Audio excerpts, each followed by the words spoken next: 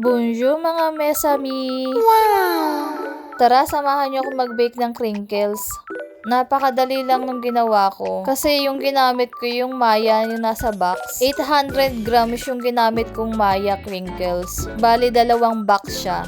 Then, 4 na itlog yung ginamit ko dyan, tsaka 4 na kutsarang mantika. Tapos, halu-haluin lang natin yan. Yung gamit kong maya dyan, galing pa yan ng Pilipinas. Ngayon ko lang siya gagamitin. Then, ilagay na natin yung 800 grams ng maya. May instruction naman na nakalagay do sa likod ng box, mga mesami. Sundin na lang natin yun.